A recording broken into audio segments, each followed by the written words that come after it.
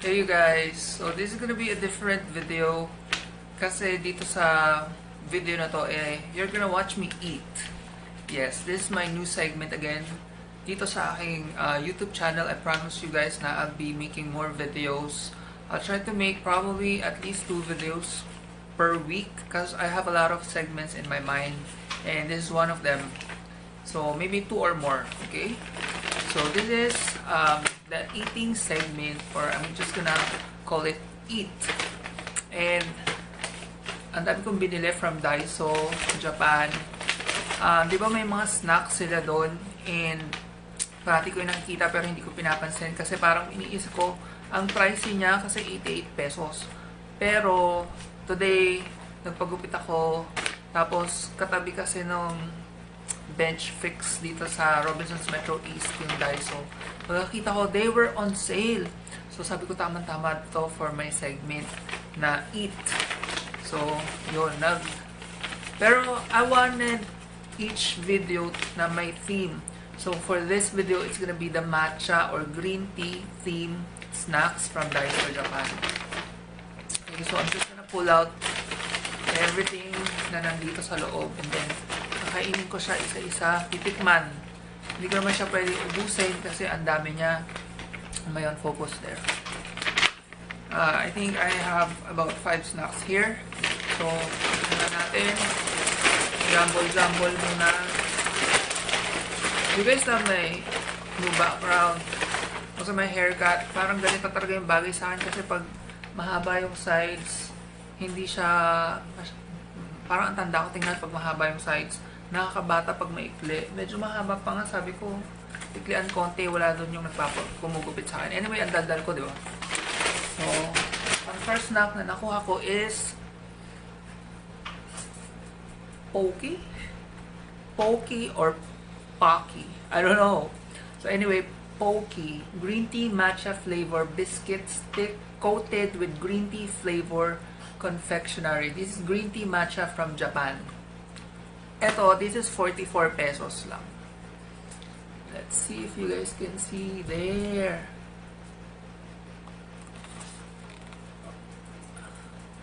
I really don't know how to speak Japanese, diba? Pero, this is weird. This is product of Thailand. Okay. Pero green tea matcha from Japan. Okay. So, still, dahil sa Daiso ko to nabili. Daiso Japan. So, gonna consider this as Japanese. I don't know. Ang gulo nila, hindi ko rin naman tinignan. So, anyway. Let's try this. Pagbukas nyo, nasa foil pack pa siyang ganyan. And ako nga pala, I'm a little OC. Gusto ko maganda yung pagkabukas. Gusto ko perfect siyang nakabukas na ganyan. And wow! This is what it looks like. Will it focus? I don't know. I hope it will. Come on. There. Masakit ba sa mata, guys?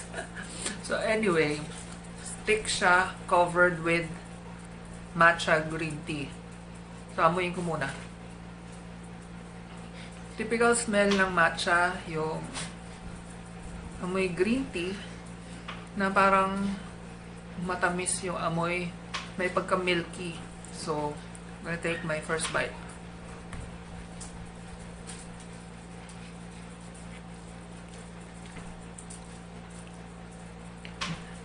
Medyo milky siya. Lasang-lasang milk. Pero nalalasahan ko rin yung matcha.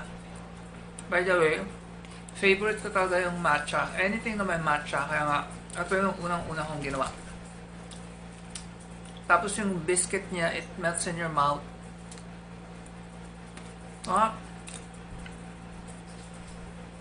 Yung dulo, wala. Yun yung pinaka-handle. I love it. Worth it siya for 44 pesos. And yeah, hindi ko siya uubusin guys kasi gusto ko matikman lahat. Pwede naman siya ilagay sa ref later on. And then, kuha tayo panibago.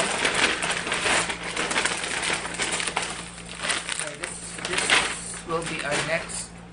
This is the Tohato whatever. This is corn snack kasi sa likod niya merong English sa harap. I don't know if that's Japanese. Faye, di ba yung kapatid mo? Japanese. Ay, galing Japan. So, yan. Japanese ba yan? This is corn snack green tea paste. Ito medyo, feeling ko na denggoy ako kasi akala ko 88 pesos siya, tapos 50% off. Tapos nung nandun na sa counter, it's like 132. Parang ganyan. What the hell? Diba? Usually 88 or 188. Ganyan. Eh, ang tanga ko rin naman, porket 50%, akala ko automatically, it's 88 pesos. Nasaan na ba yung receipt? I lost the receipt, pero yeah. So, nasa 60 plus yung binayaran ko for this one. Okay na rin kasi 50% off naman. So, this is corn snack green tea taste, sabi. Meron kaya itong totoong green tea or taste? May powdered green tea talaga siya. So, it's a corn snack. Parang chips. Let's try it. Yeah. Gusto ko yung mga chips na ganito na ang dali buksan.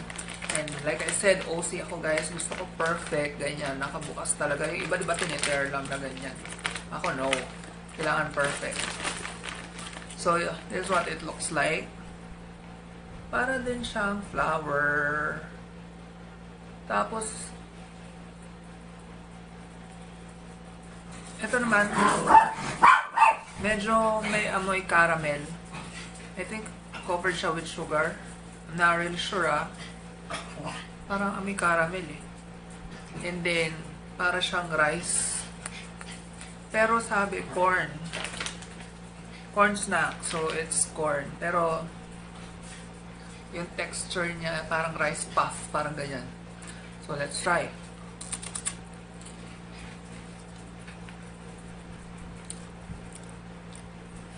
Matamis nga siya. Kung familiar kayo sa popcorn na nakalagay sa mga ganito, ganon yung texture, parang popcorn na ganon. Hindi yung popcorn na totoong popcorn na, di ba may mga Oishi ba yan na popcorn na nakalagay sa plastic na ganito. Ganon ang lasa niya, matamis. Hindi ko malasahan yung matcha. Sobrang overpowering yung sugar. Mas yung sugar yung nalalasahan ko. Sobrang nakakataba siguro to. Pero this one is made in Japan talaga. Ayan, nakalagay dito. So, is it worth it? Kung hindi siya naka-buy one take, kung hindi siya naka 50% off, I wouldn't buy this again. Pero, kahit naka 50% off siya, I wouldn't buy this again. Kasi, hindi siya lasang green tea. Sobrang minimal ng green tea na nalalasahan ko. More on sugar talaga. Or condensed milk. Kasi ayan, may condensed milk pala siya. Yun yung mas nalalasahan ko. Parang puffy siya. Hindi siya crunchy. May air siya sa loob. Familiar kayo sa snacku? Parang ganun. Pag kinain. So anyway. Okay. Let's put that aside. Kuha ulit tayong bago. 5 lang to guys. So, pasensya na nyo na kung medyo mahaba tong video natin. Ito, para din tong yung nauna, this is Pejoy. Green tea matcha flavor. Pero, ang pinagkaiba, hindi siya coated, kundi nandun siya sa loob. The green tea. Ayan o. Yung kanina, coated siya. This one, may fillings ng green tea. And again, this is made in Thailand. This is 44 pesos. Pero nakalagay dito, green tea matcha from Japan. Ayan o. Imported from Japan yung matcha. Pero it's product of Thailand. So let's open. Dito siya ino-open. Sa gilid, may nakalagay, open here. Yun. Tapos, in-lift. Okay. So, flip top siya. then, ano yun ulit? Sa tin foil. And then, let's open.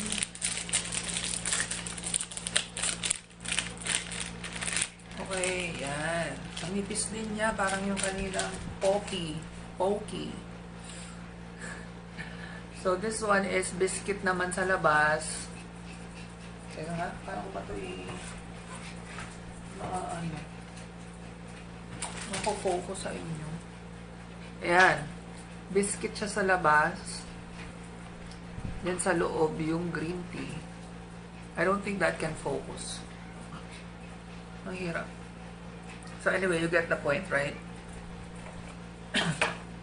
Nala akong tubig.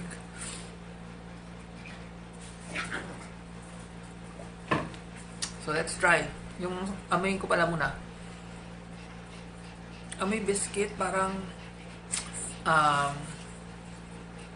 mga fita. Ganyan yung amoy. Yeah.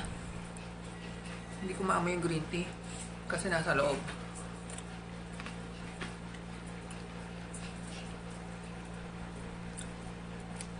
Alam mo, kalasa din siya ng Pocky.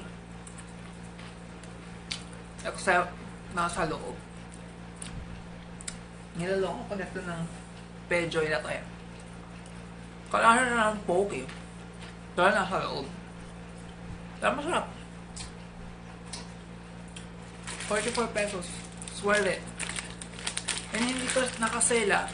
Yung talaga yung price niya. 2,488. So, 44 siya each. Dalawa 88. Worth it naman siya. So if ever you're in Daiso, try nyo. Okay, ano na tayo? 3 down to go. Sorry, ang haba. Okay, this is the next one. This is green tea cream sandwich cookies.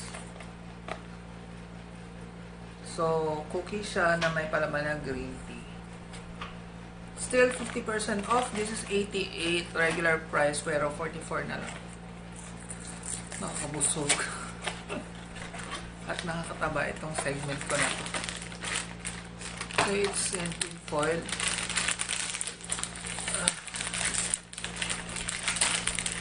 Next time sana may guest ako, no? Dalawa tayong kakain.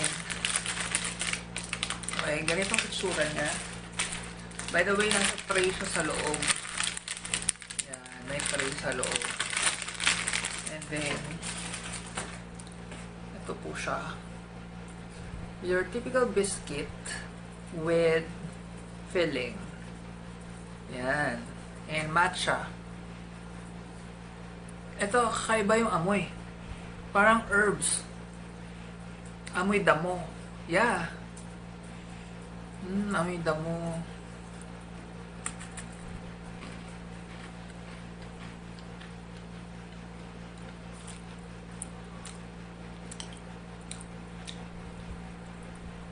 Ang tamis nung biscuit.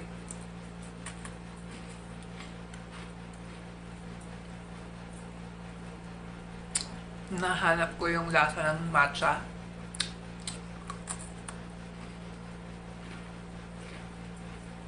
Hindi ko malasahan yung matcha.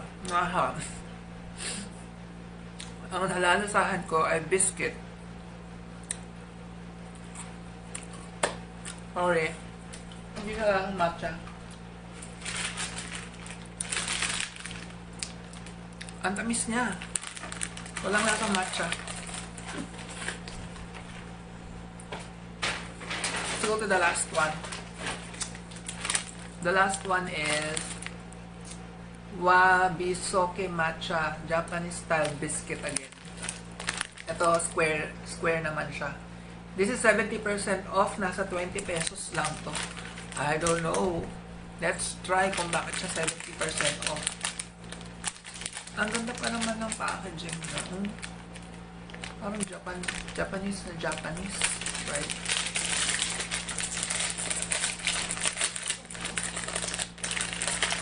Napaka-neat ko mag-open.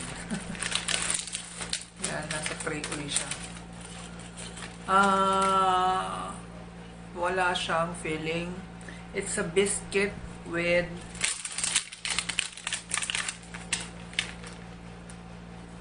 green tea na nasa loob na siguro. Parang infused with green tea siguro. Yan, medyo may green-green akong nakikita. Ayan, oh. There. And may sugar on top. Let's try. Amoy coconut. Yeah, amoy coconut. Okay, and then I'm gonna take my bite now.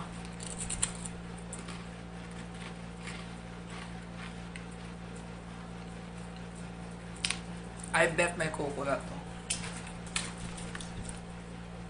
Yes. May coconut nga. Again.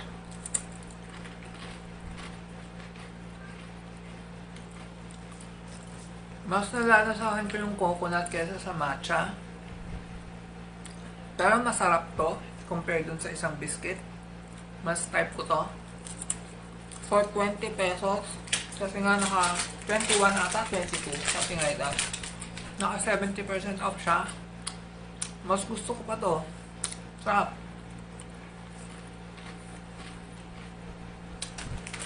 I'll definitely buy this again. Kahit hindi siya nakasale. Masarap siya. Although, siguro mga 70% lasang coconut, 30% lang yung matcha. So, out of this 5, ang number 1 sa akin tong dalawa. Yep. And then, this is number 2. So, tatlo yung nagustuhan ko. Yung dalawang hindi ko nagustuhan ay ito. Yung corn snack and yung biscuit na may fillings. Yun.